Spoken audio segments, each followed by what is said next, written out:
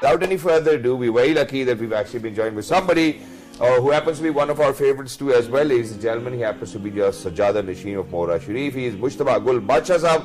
Hello sir, Assalamu alaikum. How are you? Walaikum salam. I'm fine. Thank you for inviting me. Sir, thank you very much for joining us. You're one of the most amazing religious scholars. We've always been in conversation. So wonderful to have you over here. So sir, aapse, I would want to start, and obviously, so we've heard this, ilm hasil karo chahe tumhe Cheen tak jana pade. So what does our religion, Islam, tells us about getting education?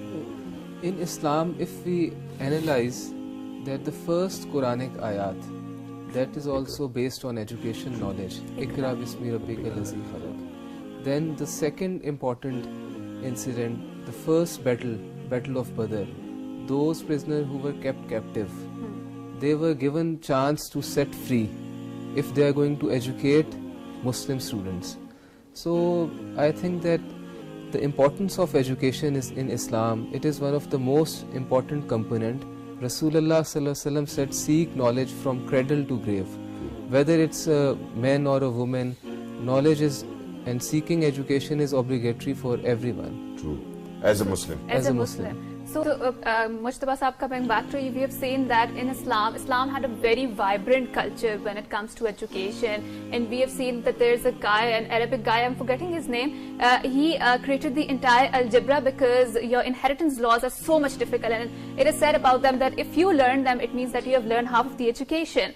And a lot of Islamic scholars, their research can be rooted back to the Quran, right? So where are we standing nowadays in terms of education? Naturally, nowadays we are lacking, and before,